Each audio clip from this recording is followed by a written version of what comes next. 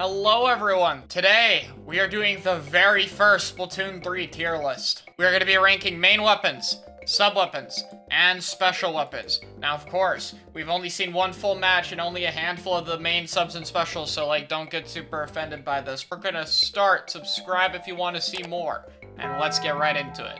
Alright, so main weapons. Let's start with some good news with the Splash in S tier. So, we actually know the full kit for Splash so far, at least what it has right now, which is what I'm going to go off of, which is Burst Bomb and Zipcaster. Now, obviously, Splash has had Burst Bomb in both games, and it has been really good with Burst Bomb in both games. Splash looks pretty much unchanged in Splatoon 3, and Zipcaster is a very good aggressive special that Splash could play off of. It's very ink efficient, so it won't lose the special a lot, and it can move around. Pretty simple, good weapon. Splatter Shot. So this one has the Splatoon 1 type kit, Suction Bomb, Trizooka, and 200p. I think it is probably an A tier. It looks solid, as Splattershot always is, but I'm not sure if it would be outclassed by other Inkzooka options in the future. It is already 200p, so it could take a bit to charge, but the weapon doesn't seem that changed. It still seems really good. Trizooka still seems really solid in terms of being able to pick opponents, so I think it's fine. So 52 is Wall again, but now it doesn't have Booyah Bomb, it has Whale. And the reason that matters is what makes K52 in Splatoon 2 very annoying is the ability to have both the sub and a special that helps keep you alive. So now that we've ditched the special that keeps you alive, I think it might honestly not be as good, and I would put it more in A. It also seems like it doesn't paint as well anymore, so if it got toned back a little bit in that regard, that would honestly make it much more fair. Wall is still very good for staying alive, but Splatoon 3 seems to have a lot more movement options, so in general, I think Wall, and as such 52, is going to be easier to deal with in the third game. So I'm not as worried about it. Okay, Splattershot Pro. So I gotta be honest, guys, I think Pro sucks.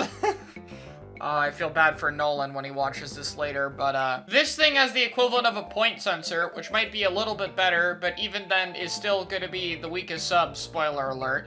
And it has Crab Tank, which is solid, fine for it, but every weapon has a fine special for it right now. I just don't see a reason to use Pro. It doesn't really do anything well. That's been its problem in both games. And even in Splatoon 2, it had main power-up, and now that's probably gonna go away. And even now, MPU doesn't give it a reason to be used over other MPU weapons. So what's it gonna be without it? I don't think it's a horrible, unplayable weapon. I just don't think there's a reason to use it over other options. So I kind of hope Splattershot Pro gets some stat buffs. 96, we have to judge this one purely off the main weapon because we haven't seen the kit, and I think the main weapon is fine. I guess I'll put it in B. It really depends if 96 gets a good kit. It is a kit-dependent weapon, so if it has a better one, I could see it being higher, but as of right now, I don't think it really benefits from a lot of the things in Splatoon 3 because oftentimes 96 has a lot of RNG that makes it difficult to hit people anyway. So I just don't see it benefiting that much in the first place. Blaster's another one with no kits. I don't really see a major niche for Blaster unless if it has a really aggressive kit, but I think it'll still benefit from the new option, so I'll put it in B as well. I think it'll be okay. You know, it can move around more with the Squid Roll and Surge, but unless if it has a really good kit, I can see it being outclassed by, yes, Range Blaster. We're really gonna go there. So Range Blaster is actually probably not bad anymore. It has movement options, and we know those don't have RNG. They showed it with Range specifically. So Range can move and shoot. It looks like it shot Pierces from the first trailer, which is a nice quality of life buff. And it can definitely play off of the Killer Whale that it seems to have pretty well. I think it has the tools to succeed, and there's not as many things that counters it. I don't think it's going to be really good until it gets a good kit. But I think it's solid, and I honestly have a bit of hope for it now, so as of right now, I'm going to be on the Hopium and rate it a little higher. Clash Blaster. So this thing has Crab Tank, and it looks pretty solid. But everyone else can move more, so I think it might be easier to get out of the way. But at the same time, I think Clash is one of the best options at reliably covering Squid Roll and Surge, because you can just hit it with a giant blast radius. So I think it'll be a solid niche. Crab Tank seems pretty good with it. It needs a good sub-weapon. If they get something like a Burst Bomb, I could see it being higher. Okay, so I don't really think Dynamo is gonna be good. And yeah, this is another one of my weapons, so it's big sad time. But I haven't seen anything that indicates Dynamo would be better. We have no kit for it so far, and I feel like it is the easiest weapon to parry with the Squid Roll and Surge, because it's very predictable and slow. Yeah, I don't know, man. This weapon already doesn't really do anything that well, and now the movement option seems like it'll more be a way to deal with it than it'll help Dynamo, so I don't know, man. This weapon probably needs a bit of buffs. It already kind of does, but I don't really have the highest hopes for it, sadly. All right, this is going to be my hot take of the tier list. I think Roller is actually going to be a top tier in Splatoon 3. So, listen to me, Roller players. This isn't to be rude to you, but you've had 6 kits and they all suck, okay? You have not had a good kit in any of these games, and for the very first time, you actually have a functioning sub-special weapon combination. You have Curling Bomb to move around with, exactly the sub you want, but now instead of having a death button, you have a shield that can keep you alive in enemy territory, and it now has a beacon like your Crack-On kit to give jumps to other people. This is literally a perfect kit for your weapon. Additionally, I can see it benefiting from the Squid Roll and Surge because it's fast enough to where I don't think you can react to it and parry it, and you can also just use it with your own movement options. And in general, the game's more moving around and you have Curling Bomb. I think the game is better for the Roller and it has amazing kit. So yeah, I think it's actually good. Inkbrush, we haven't seen its kits. And this is one where it's kind of the opposite of Roller, where I think Inkbrush Nuvo in Splatoon 2 was near its perfect kit. So I think I would drop it in A tier. It's still a very good main weapon, but I'm not sure if any kit combination in Splatoon 3 would have as good synergy as Light Baller and Ink Mine in Splatoon 2. So it's kind of hard for me to say it would be better than it is now. I think the changes only make it a little bit worse, so. Alright, Octobrush. Now, Octobrush has very mediocre stats. It doesn't really do anything super well. Not as bad as Pro's state. However, unlike Pro, this weapon has a very good kit for it. So I think I will still put it in B tier. Suction Bomb could be really useful for forcing people to move. You just need a bit of saver. But Zipcaster is what makes this weapon maybe have a niche, because you can use it to move around and pressure people, and it can play off of the mobility of the main weapon. If it gets some stat buffs, I think it'd be fine, but its kill time is just so slow, and even the mobility isn't that good, so I just kind of see it falling apart at higher levels still, just like Zipcaster's own weakness of getting shot might fall apart. We don't know the kits for Squiffer, but I mean, the main weapon's kind of busted with main power-up. Even without it though, charging full speed in the air, the quick charge time, the mobility, I think it's still going to be a really good weapon. Like, it's hard to see Squiffer as something bad, to be honest. Alright, Charger in S tier. So, we have Splat Bomb and the Ink Vacuum. Obviously, Splat Bomb works well with Charger. We've seen that in Splatoon 2. I think this is the Charger that will probably be the easiest to carry over between it and E-Liter. Moving around more would be easier for the one with the faster charge time. Obviously, Bomb will help it a lot. And not only does the Vacuum look really good, like we'll talk about later, but it also works fine with Charger because your main use is in a coordinated environment to block for your teammates and let them go in. So just moving up a little bit, popping it, and standing behind them works out super, super well for the weapon. And I think it has great kit synergy. E-Liter. So we don't know the sub-weapon for this thing. However, in the first trailer, it had Tentamissiles, and Tentamissiles are definitely not in the third game. So if I had to guess if it were a placeholder for any special, it would be for Inkstrike Launcher. Now, honestly, unless if E-Liter got some changes, I really don't think it's gonna be that good compared to Splat Charger. But the special of Inkstrike Launcher would be good for it, so I guess I'll put it in A. It still won't be bad, but I just... very limited reasons to see it over Splat Charger, unless if the maps really help it, so... yeah, I don't know, nothing super special. Alright, so Bucket is the best weapon we've seen so far. I think it's in its own tier. I just have to be honest. I think Inkstrike Launcher is really good. Again, I'll talk about it more later, but it's perfect for Bucket. It gives it a painting tool. It gives it a displacement tool. It can be used to tank bombs if you throw it near yourself. On top of that, you have Splat Bomb, which is already good for comboing with it. Bucket does 70 damage. Bucket can read Squid Rolls really well. It can benefit from Roll. It's really good. The weapon already gets better in the third game, and it has a really good kit for it. And it paints its feet better in the game. It's just straight up a better bucket in a game that's better for bucket with a kit that's better than what it had in Splatoon 2. It's the best weapon in the game.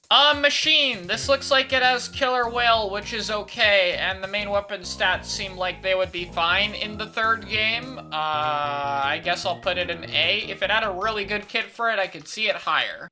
So we've seen Hydra, but we haven't seen Hydra actually do anything, which is why when I edit this, there's not going to be any footage for it, because we've seen Hydra do nothing but stand around. It looks like it has Whale. If it's unchanged from Splatoon 2, then yeah, I don't know. It could be okay on the right maps, but there's a lot of tools to approach it, and it's obviously very slow. But I think they might rework it, so I'm just gonna put it in B, and if they rework it, it might be different. Gloogadoolies. So we have no idea what kit this thing has, but I think Glooga will be better in the third game because it can play off of Squid Roll to have a bit of an extra mobility option. That could be useful for peeking around a corner and allows you to chase people farther, or save one of your rolls for a retreat option. That being said, without a really good kit, it will still be near useless when it doesn't have map control. So I think I'll put it in B tier. It seems solid. Brella's in the game. Let's go, guys. I think Brella will be really good against the Squid Roll and Surge. The shield seems a tad bit bigger, or at least held at a better angle. I think it looks really good, especially if it gets a solid kit. I don't think any of it would be bad. It seems like a lot of the specials are fightable, which means that Brella would be really good at dealing with that. I just think it seems solid. It feels like it can deal with the new options the game has to offer, and having a good counter option to things is really useful. Undercover can go in C tier. Even if we assume this thing got burst bomb from that small little clip, even that would only move it really to B tier, assuming it still got a good special. Everything's gonna move fast and fight a lot. Undercover's only gonna get worse in this game. Unless if they buff it or something, I just really don't see it. Alright, so next up, Tri-Stringer. So, I gotta be honest about the bow. I have looked at this weapon the most out of everything. It has mobility, which is cool, but outside of that, I don't really think it has a lot. The explosion seems small. The tri-shot doesn't really cover a lot of ground. Even then, I think it would be okay, maybe a B or A tier weapon. However, it has Disruptor / Toxic Mist, whichever it is. And even if it had that, I don't think it has a lot of kit synergy to help it out. And then it has Whale 5.1, which as we've seen from the trailer, you need a fast weapon to capitalize off it. So you're basically depending on your teammates to help you. I think it's a B tier. It has potential with the mobility, but it's probably just a worse charger. All right, that's all the main weapons. Let's speed run the sub weapons. Okay, so pretty much all the sub weapons are the same as the previous game, so I don't have a lot to say. Burst Bomb, very good for chip damage. Splat Bomb, kind of a hybrid of Suction and Burst Bomb, very good.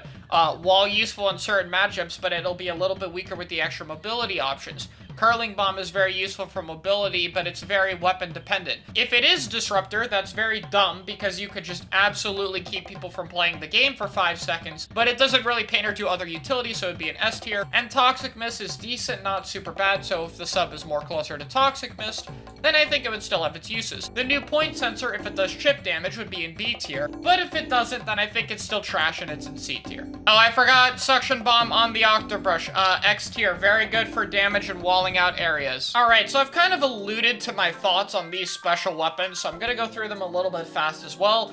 Inkstrike Launcher is the best one. Yes, it's a bit more committal than Tenna Missiles. Yes, you don't have full map range, but it's still incredibly fast. It's still the most displacement value out of any of the Splatoon 3 specials. You can still use it to eat bombs or protect yourself.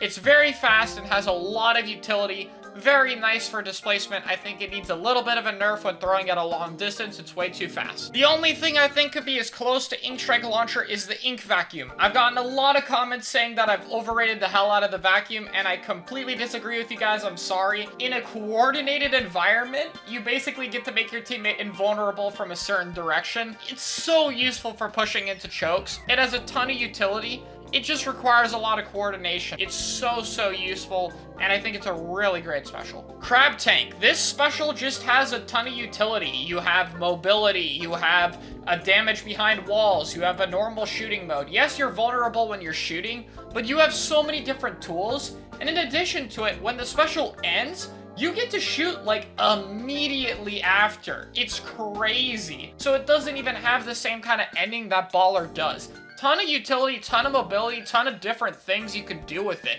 It's hard to see it being bad because it just has so many different options, even if it doesn't have the high highs of the new specials we've seen. Trizooka I actually think is a lot better than I thought. Now that we've seen it in action, it is a very high amount of paint is kind of the important thing. Even if you don't hit someone with the one-hit kill, the paint on the floor is ridiculous. It's like a suction bomb. You can totally trap and follow up. Yes, it's really hard because you only have a few shots. Yes, it doesn't paint your feet. I don't care. It's ridiculously strong, and it's super threatening in fights. Absolutely a good special. Next up is Zipcaster, a tier below. So, a lot of people think Zipcaster is either really good or really bad. And while I can totally see more of the competitive player argument where, yeah, it's easy to counter it because you can just shoot it and stuff.